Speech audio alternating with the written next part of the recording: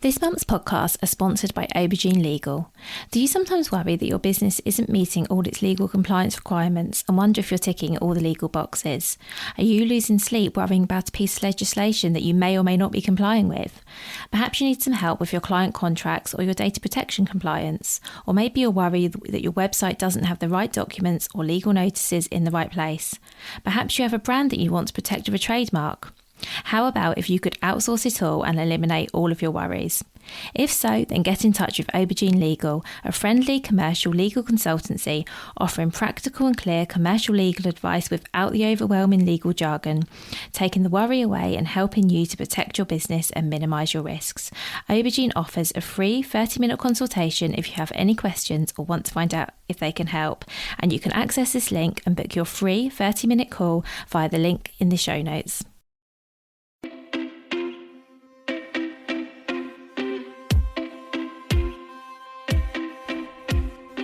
Welcome to the Bring Your Product Ideas to Life podcast. Practical advice and inspiration to help you create and sell your own physical products. Here's your host, Vicky Weinberg. Hi, so today I have a really interesting conversation for you with Louise Almond from Amelia Anne. So Louise hasn't actually launched her products yet, and I thought it was a really good opportunity to speak to someone who is still in the midst of creating and getting ready for launch. I thought it was a really good opportunity to talk to somebody who's right at the beginning, like literally, right at the very start of it. I'm also hoping that Louise's story will really inspire you if you have your own idea of a product you want to create, and perhaps it's been on the back burner for a while, perhaps it's taken longer than you thought it would, or perhaps you haven't even got started. Louise is really honest about the fact that it's taken her a long time to get to the point she is now.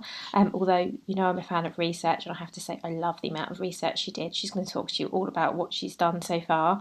Louise creates breastfeeding wear to provide mothers-to-be the confidence to be able to feed in any situation at all.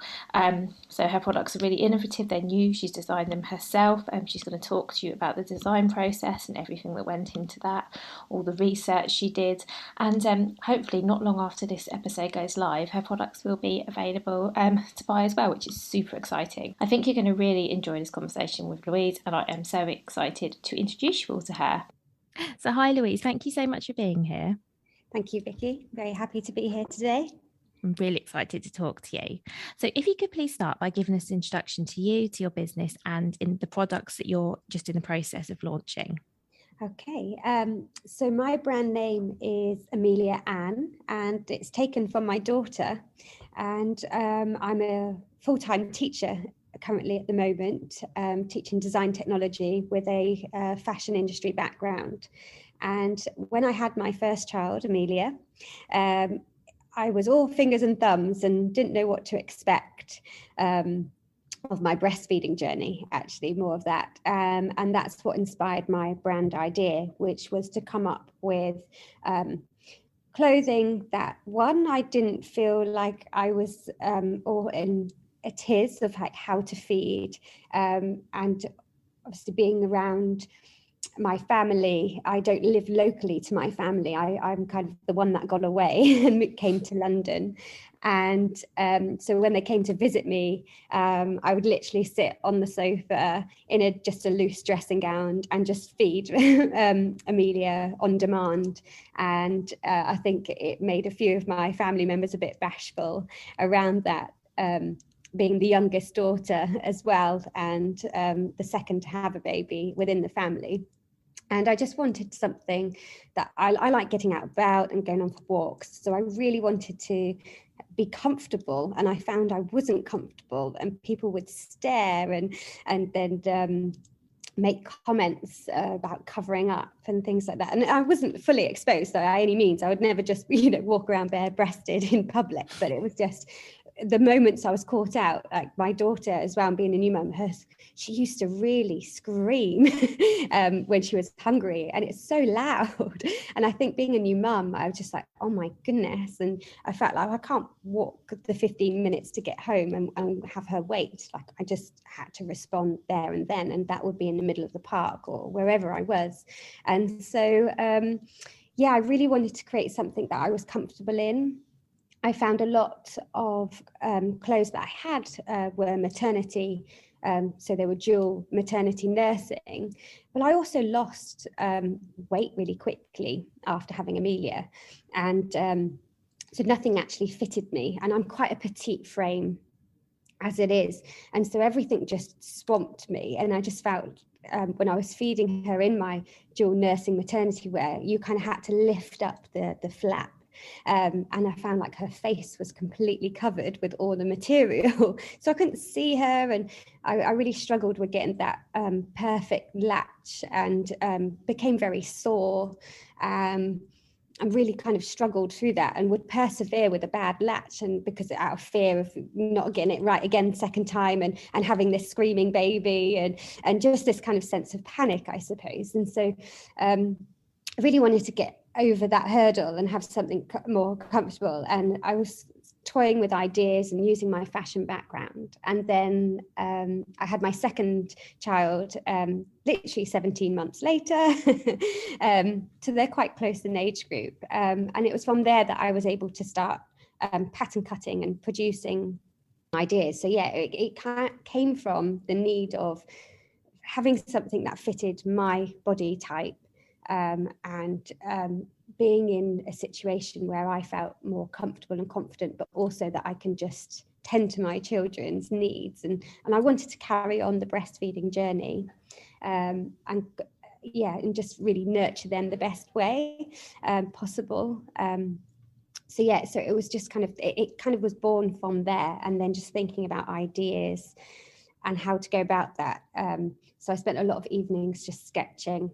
And obviously when I was on maternity leave, I was able to kind of collaborate with some friends and talk to people about it. And I kind of got, I used to take them to baby sensory classes and things like that, and speak to other mothers and find out like their stories and how they find things, and just found that there was a real strength in that people wanted better options. They didn't want to wear the horizontal stripes anymore that all the maternity clothes seem to be have, and they were looking for something different that was more flattering.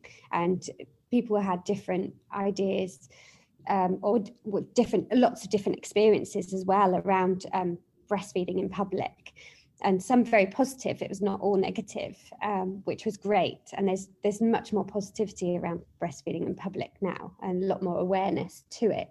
So yeah, I really wanted to cater for that kind of time, and I wanted to feed my children for as long as I possibly could, and I've read a lot of research into the benefits of that. And so for me to be able to do that, my maternity clothes were not going to suffice me another season or a year down the line, or even 2 years later, because I knew my body type had changed so much as well. So yeah, it was really come from like, well, what is it that I personally need? And then from that, and talking to other people, I realized that actually it's just a bigger kind of market. And I've always loved the idea of eventually having my own business and being able to change the time, although working in education is great. It's not the 9 till 3 that people think it is. And so I wanted to really, I would love to be able to do the school drop-offs for my own children, but I can't at the current moment because of my job. I need to be in school before the children arrive. So I'd love to kind of be around for my children more around their schooling, but also have that creative outlet that I love so much as part of my job, but kind of continue it into my own business. Yeah, thank you for all of that. Well, thank you. Thank you for all of that, Louise. And how old are your girls now, if you don't mind me asking? Yes, okay. So Amelia is now 5 and Sam is just turned 4. So it's been a real slow burner in trying to get something off the ground. Part of that's just due to my own time commitments around having a full-on family and full-time job, and trying to do this around that. Of course. I mean, yeah. I think a full-time job and having children, they're both kind of full-time things as it is, and then trying to do like something else on top. Yeah, do not give yourself a hard time at all for how long it's taken, because I think that things do take time, and of course it's never going to, at the moment it can't be the priority, because you have so many other priorities. Right. And I can really resonate with so much of what you said as well, because I had very similar experiences with feeding clothes. Because I too was quite small, and but my maternity clothes, one, didn't really fit me after having my children, but also I just was sick of wearing them. I felt like, I didn't want to spend a lot of money when I was pregnant, so I had these maternity clothes that I felt like I wore the same things over and over and over. Yeah. And after having them, I was so ready, but my old wardrobe wasn't quite right. It's, for things like feeding, but then I didn't want to be buying clothes for feeding. So I can definitely resonate. And I mean, luckily my feeding journey was, I never had comments about feeding in public or anything like that. And I think it's so unfortunate that you did. And I think, as you say, though, I think hopefully that is getting better for people. But regardless of what other people think, you need to feel comfortable, don't you? That's the main thing. So if even if you're somewhere where you feel, and people aren't looking at you, you still need to feel that, what I'm trying to say, even if you're feeling in your own home, you need to feel comfortable. And whether that's comfortable with your body or comfortable, because you haven't got your top lifted up and your back's getting cold or whatever it is. Absolutely. Yeah. And my dad's lovely, bless him, and he was very supportive, but I could see he would blush, and that's sitting in my own front room. But it's just, you can't just keep hiding off in your own house into a bedroom to go and feed your child. I just felt like I want to be part of this family and be together and not miss out on a conversation or a topic, to just, spending those 40 minutes and, every however often, throughout the day. I just felt like I wanted to be able to be in the moment and enjoy that with both my children. And absolutely, yeah, the feedback I get now when I speak to breastfeeding mums particularly is there's much more awareness and campaigning towards it. And there are a lot more brands out there available. And at first that used to give me the fear of death and kind of give me the heart palpitations when I'm at work and someone would send me a link of, oh, this has just come out. And I'd be like, oh no.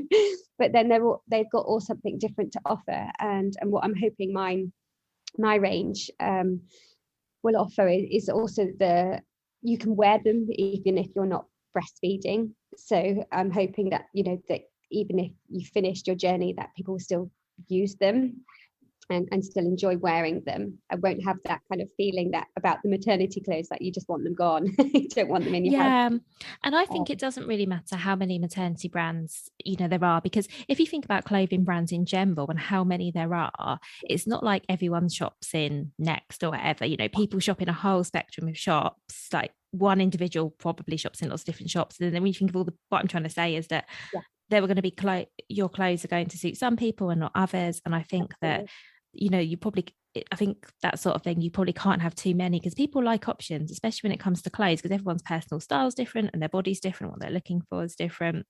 So yeah, I definitely agree, that's nothing to worry about. No, and that's something I've had to learn, which is good, and I feel much more settled with that now. Yeah, I think as long as you know who your clothes are for and what they're about and what your USP is, I think that's all you need. And then the right customers, will come to you. So I'd love to talk a bit more about what you've done. But before we do, I have to just say, when you were talking about sort of hiding away when feeding, I suddenly have flashbacks with my first child. That's exactly what I did. I felt so uncomfortable that we'd have guests round to see the baby and they wouldn't see me or the baby because we'd be upstairs feeding for an hour. And I didn't do that with my second child. With my first, I did. So I can definitely resonate that. I don't even know why in hindsight. It's not even that long ago, but it seems like a long time ago. And I'm not sure why I did that, but clearly, something wasn't working, because I definitely didn't feel comfortable even on my own sofa if anyone other than my husband happened to be in the house.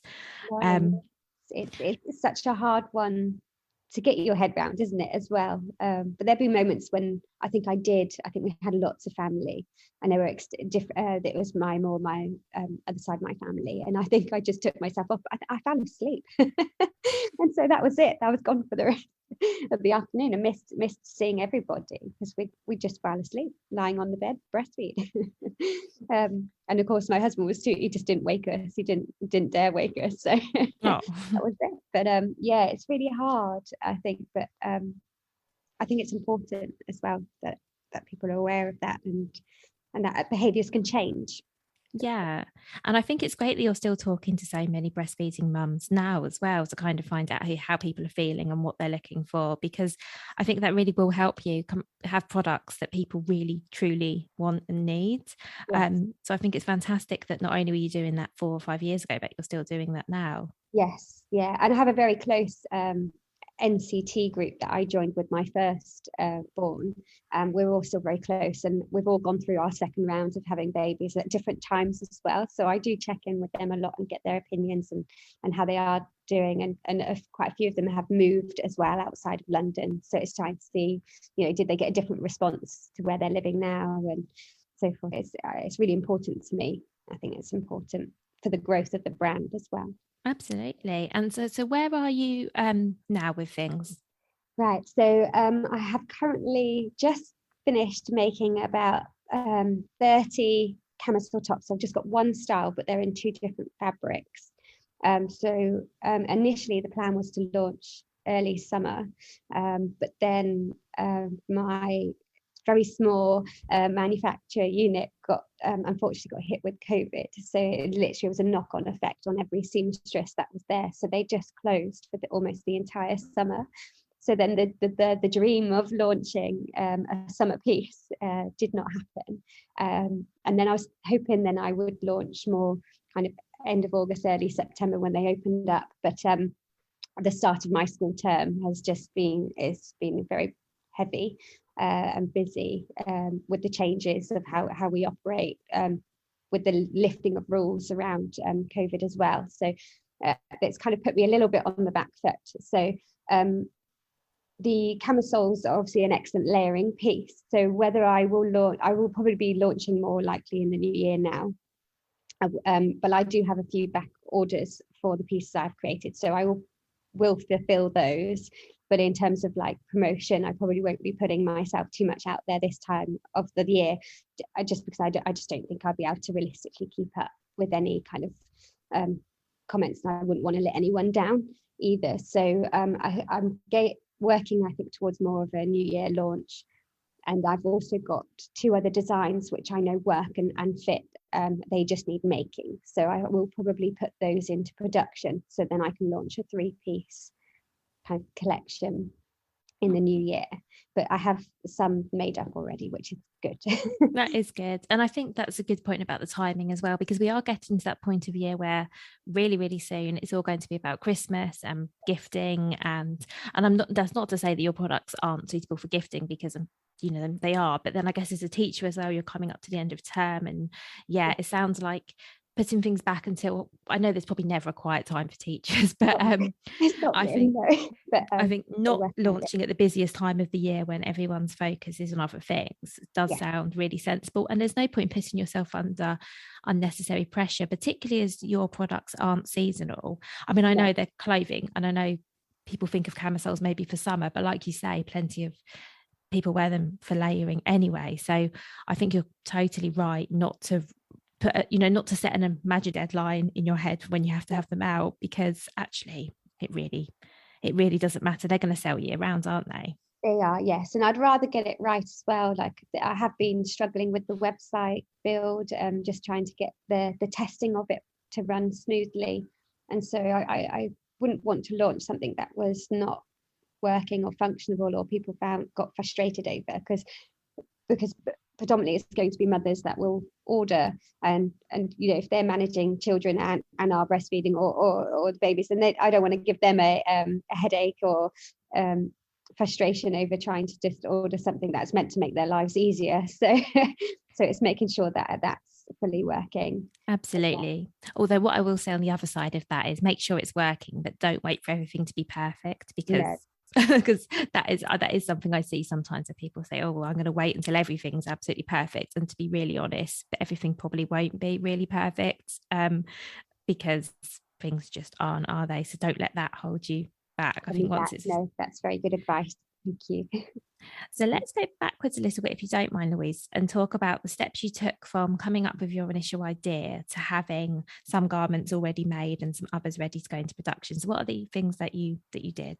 Yeah, so initially I did a lot of the work myself. So I kind of got some fabric. I did lots of sketching and drawing, and after speaking to lots of women and running some small focus groups with new emerging mums and using my baby classes and things like that to talk to people. And then from that, I was drawing up ideas. I shared some of the actual sketches with people that I was speaking to get feedback on as well. And the type of mechanism, because there's a lot of zips, there's a lot of like still lift up kind of flaps, and I didn't want to do any of those. So I wanted to kind of engineer something a little bit more in keeping with the seam lines and actually the contours of your body, so you didn't feel like you had to lift and expose. I just wanted something that just naturally kind of made it easy. So I worked on the mechanism quite a lot, and then I initially pattern cutted and made some samples myself. I have that background, so that helps. And because I teach design technology, I know how to sew as well, and I use all the different materials. So that bit made it easier for me in terms of some of the material selections and sourcing. And then obviously just being a new mum and then returning back to work, it got harder for me to kind of just navigate these ideas. So then I went to a few trade events, local trade events, that were kind of showcasing kind of pattern cutters and manufacturers and fabric sourcing. And so I went to those and found a local pattern cutter, a small team that dealt with pattern cutting and kind of your pre-production samples and small run production. And from there, I was able to take my samples along and kind of discuss the ideas and further develop it, which was great actually, because they did a lot more with it than I think I could have done, or a lot quicker anyway than for me. So yeah, so I had a lovely pattern cutter who created the final draft really based on what I'd already started. And there was quite a funny moment where my seam line is basically, it's like called a princess seam, which goes from the mid shoulder down, but I've curved it, so it's kind of in line with your bust and goes out to the side, so you can feed one-handed, and it's literally with the flick of the thumb you can basically access the nipple to feed, and you don't expose the whole breast. Like you don't have to completely take anything out, you can literally just expose enough to latch, and then you don't have lots of fold of fabric over the baby's face. You can see exactly what your baby and how they're feeding. So the first time I tried it, it didn't quite work. There's still too much fabric. And then we tried it with the pattern cutter. And I don't know if you have ever been around horses, or particularly race horses, and they put the blinkers on the sides of their eyes so they can't see to the side of them. And it was, I put this top on and these bits of material like flashed out like blinkers. And I was like, oh, that's not quite the look we were going for. And it was just quite a funny moment of all the trial and errors when you put it on, you think that, yeah, that didn't work. So it was quite funny, all the different kind of experiments. So once we found the perfect fit, it was then really easy to apply that to all the other ideas I had. So I've got a 3/4 length sleeve top, the camisole we've mentioned, and a dress. The mechanism is the same throughout, and it with the dress, I've worked all with like a 4-way stretch jersey, so but quite flattering jersey. So I've tried to find fabrics that also have a slight dappling or a marl to them, or a rib.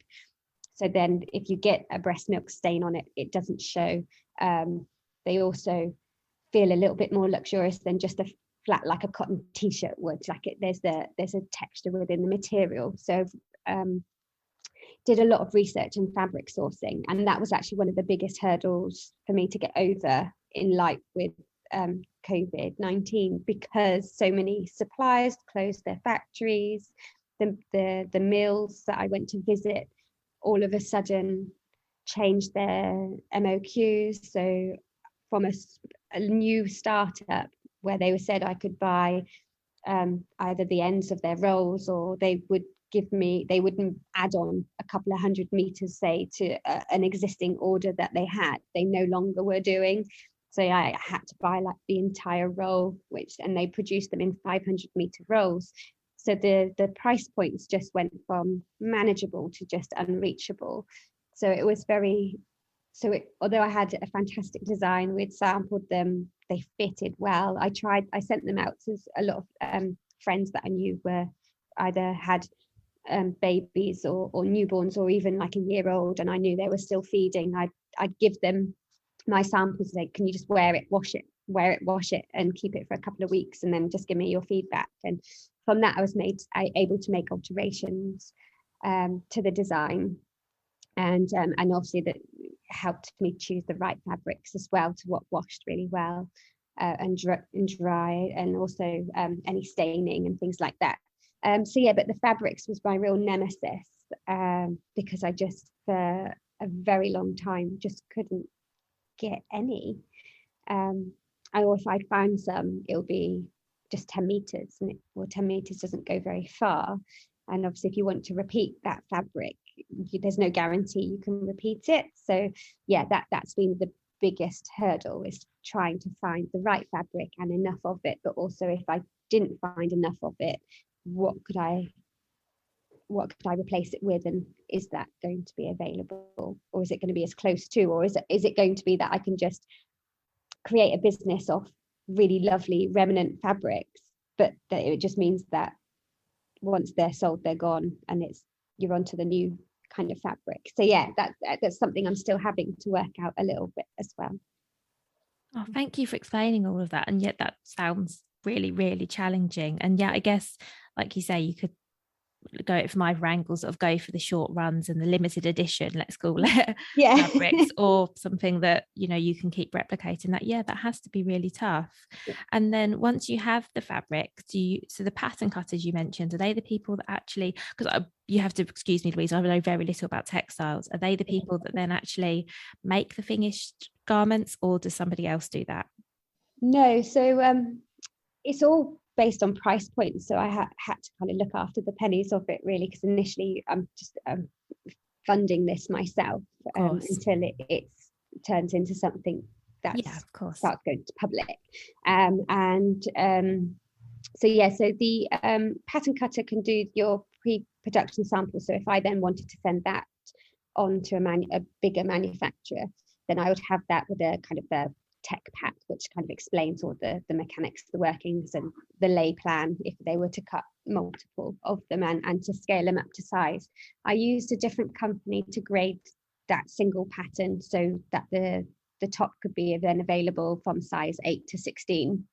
So they grade the kind of paper pattern for you, and then it's all cut out on their machines in this lovely card. So you have that, and then you would send that to your kind of machinist to then sew. I've chosen a local manufacturer who deal with small run production, and they're lovely, and they're actually really local to where I live, and they've been fantastic. But because they're small, it means you get the knock-on effects that if they suffer with illness or anything like that, then it is backlogged. But they work with new designers for kind of London Fashion Weeks and things like that, so they're really highly skilled. So yeah, I've used them because they are local to me, and it means I can get there in time after work rather than having to travel across the other side of London or to a different county. So it's made that simpler for me. I think in the long run, I will probably have to outsource and go a bit further afield, or go to a bigger manufacturer so that they could perhaps manufacture on demand. So once I get close to kind of needing to restock, that they would be able to just continue the make. Because at the moment, if I continued working the way I was, there would probably be a long delay between each batch of production. So for me at this point, it works nicely, and they're all priced per piece. So it can be expensive to initially start, but once you get over like the 50 mark, the prices do decrease by quite a bit. But yeah, it's a lot to put in initially. Yeah, you're not sure. I think it definitely makes sense, say, starting somewhere small and local, because that can be a really hard thing, first of all, that when you're dealing with bigger manufacturers, they might want you towards hundreds, or in some cases even thousands, and that's really scary and often just not feasible. No. It's nice that you've helped the local relationship as well, so you can actually pop in there and see people and see progress. Yeah, and what I actually, and it wasn't necessarily an intention, but what I quite like is everybody that's been involved that I have outsourced, it's all women.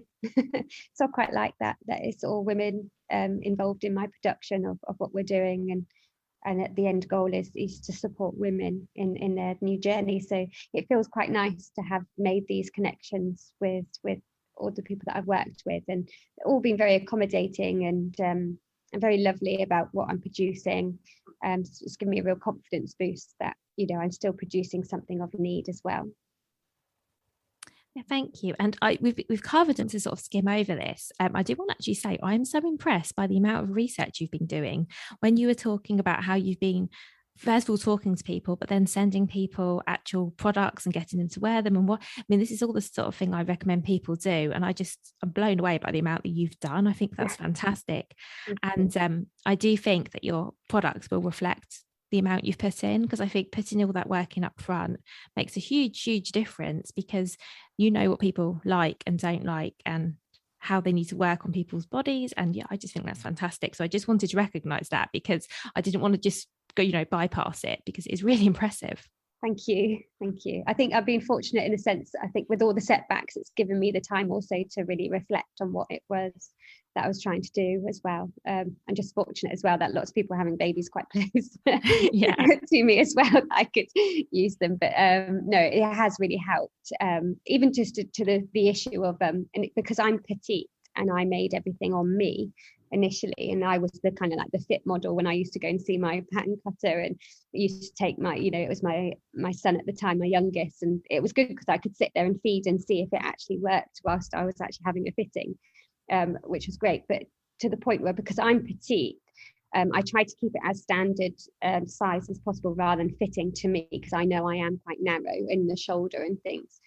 But then when I did start putting the camisole on different people, I realized that actually the strap position was still a little bit too inwards on broader you know, people. So like my sister-in-law had a baby, and she's not broad, like she's not overly broad, she's still you know, got a good physique, she does lots of yoga and stuff, but it still felt like the neckline was still too narrow for her. So so then I kind of tried it on a few other people as well, and had made the decision to move the strap out a bit, so then the neckline became a bit wider. But even when I then put it back on, it fits fine. Like it doesn't alter it too drastically for me. That actually it fits better. So yeah, by doing that has made sure that those things are right. I think that's brilliant. And thank you for explaining about the grading as well, because another question I had was, how do you get it to work on sort of different size bodies? So I think that thank you for explaining that as well, because as you say, when you're making your patterns originally, you have to probably stick to one size of the person who's trialing it. So yeah, it's really interesting to know how you size up and down as well. Yeah, I mean, I'm quite big chested as well. I'm generally a double D cut, so I don't know, a lot of when you're pregnant as well and feeding, you initially go quite can go to quite a big cut.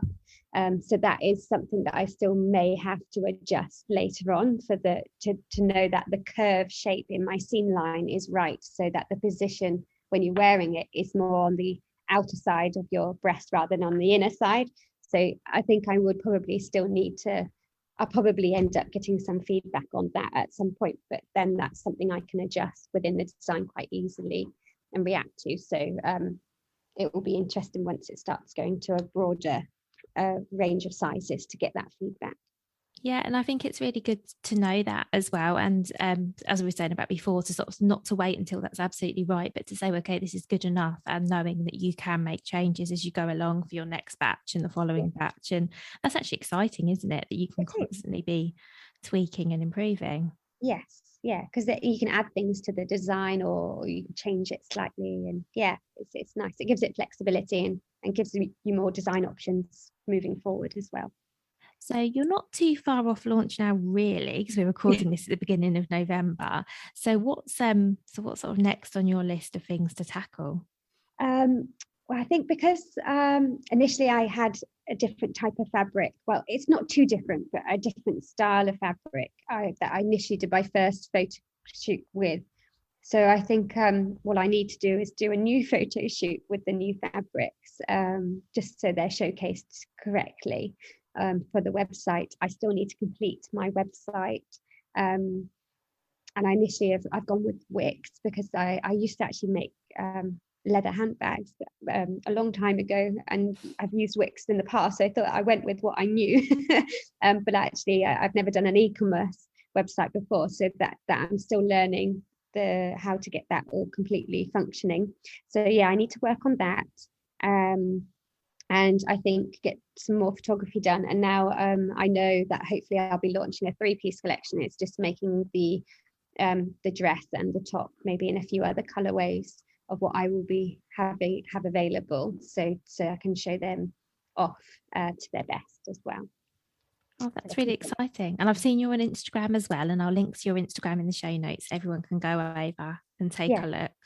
Yes, thank you. I mean, that's also another something I've had to learn. I mean, I don't class myself as that old really, but I didn't grow up with Instagram. I think, learning Facebook and things like that when I was younger, and I love Pinterest, things like that. But yeah, Instagram is something I've had to learn. That does change quite often, the algorithms and how that functions. So I'm having to try and keep up with that. Has been quite the challenge, but yeah, I do enjoy it, and it's quite a nice platform for me because I can showcase my family as well, and it's nice to look back on my Instagram account from its first kind of post, because you can see the journey and actually how far things have come along.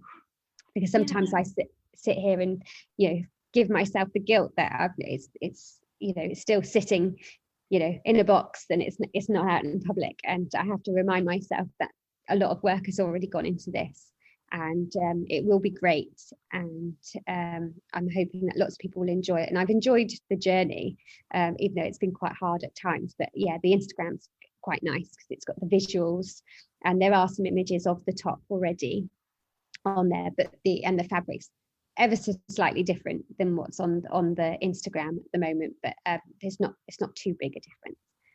Yeah. And I think it's really nice, as you're coming back to the journey as well, that to document that. So for you, as you say, but also for everyone who's following along and is, waiting for your products to be available to buy, because I'm sure there are people who are eagerly away, thinking, when can I buy them? Have you started having any inquiries? I haven't had anyone to say to buy, but a lot of the followers I have are young mums or expecting mums, which is quite nice. And it's a very small following at the moment. It's very humble, very humble beginnings. But it's nice to know that there are people that have looked and engaged with what I'm posting or related to what I have said, which is really nice. But yeah, I know my sister-in-law is a real advocate for my brand. She loves it. She wears everything I've sent her daily, and has had compliments on what she has. And when she's put a post on, she's had lots of comments about it. So there is lots of positivity around it. I'm sure there is. And of course, everyone starts out with a really small following as well. Because that's where we all start with nobody following us, so that's completely normal. But I think it is amazing that the people that are following you now, they are seeing the journey you're going through, and I think there'll be some real excitement when your products are available. Yes, yeah, fingers crossed. So just a few final questions before we wrap up, if that's okay, Louise. So are there any other sort of challenges that you faced in the past, in the past few months or years, or anything that in particular you think, if you were doing this again, you'd want to be aware of? It's probably the nitty-gritty stuff that you don't think about. I mean, the designing and the trying on and working out your ideas is the fun part. Sometimes it can be a bit hard, but it is the fun part. So it's the admin side that I've had to learn.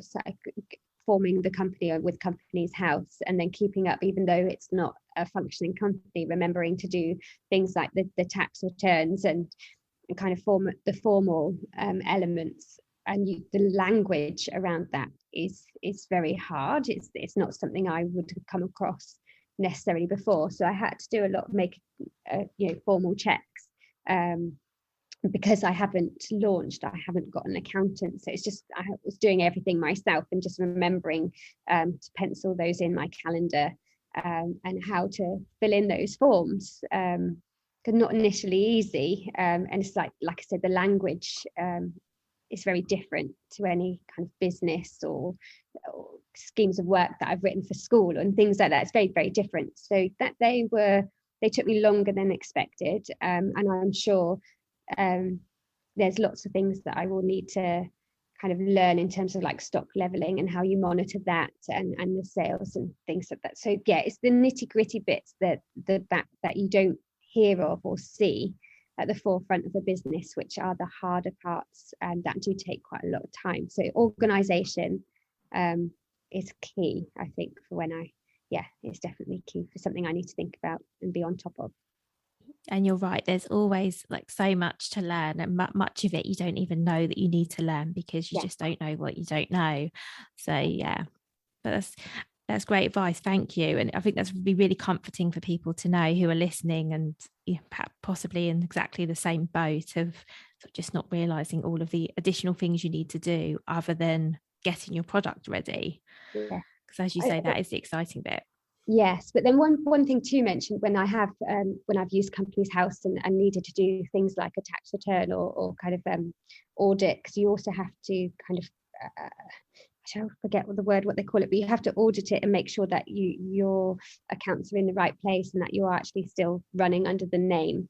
And so you have to file lots of things, and you have to just budget that in, because initially I didn't expect to have to pay a fee to just say, yes, I'm still here, I'm still running.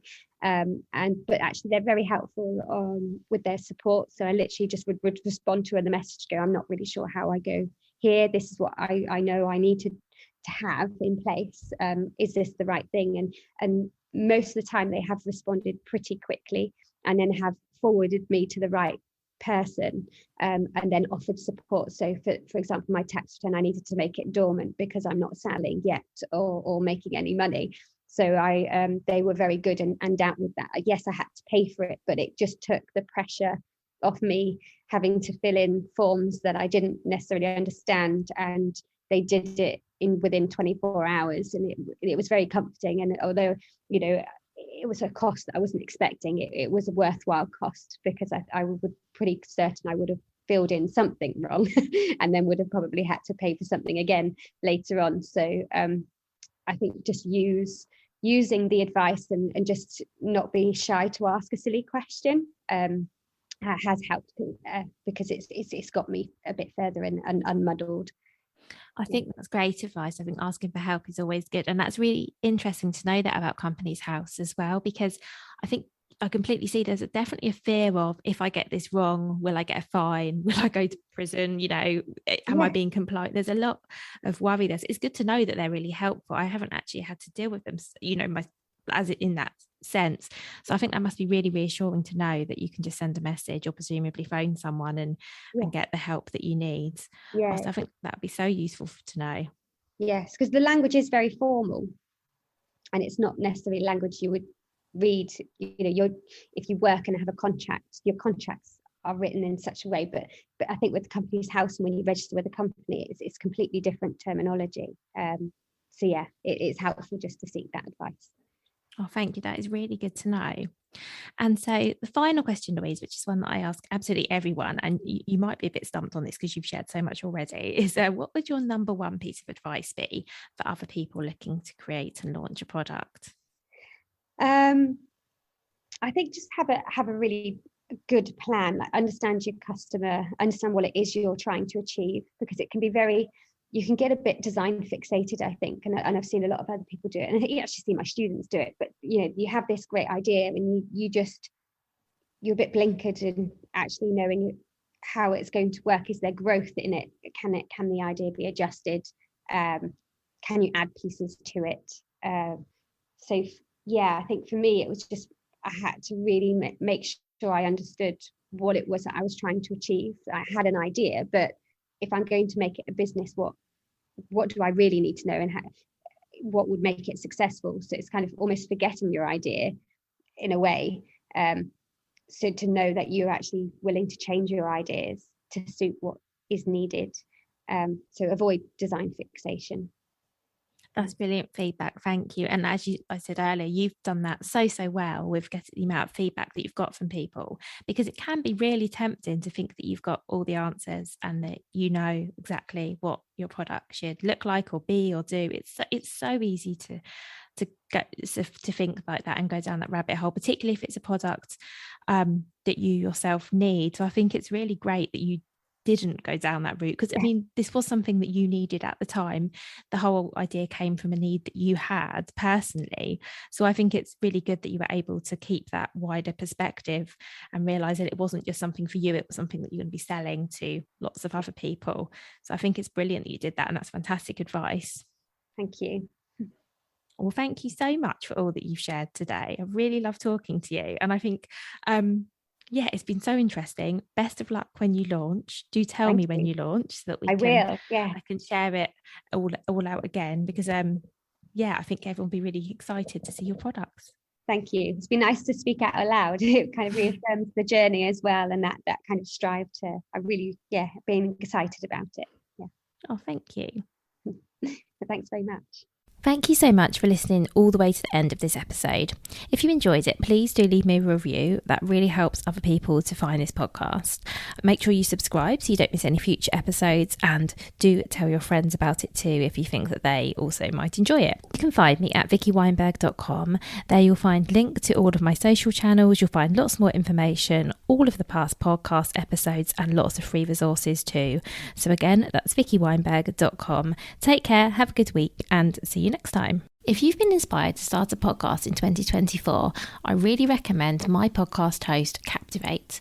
Captivate were my top pick when I started podcasting 4 years ago, because of how easy it was for a complete novice like me to get started. I've stuck with them for the last 4 years because Captivate is still really simple to use. They keep adding great new features, like the ability to share ads like these, and they've just been really reliable. So when you're ready to start your own podcast, you can use the link in the show notes and get a free 7-day trial with Captivate.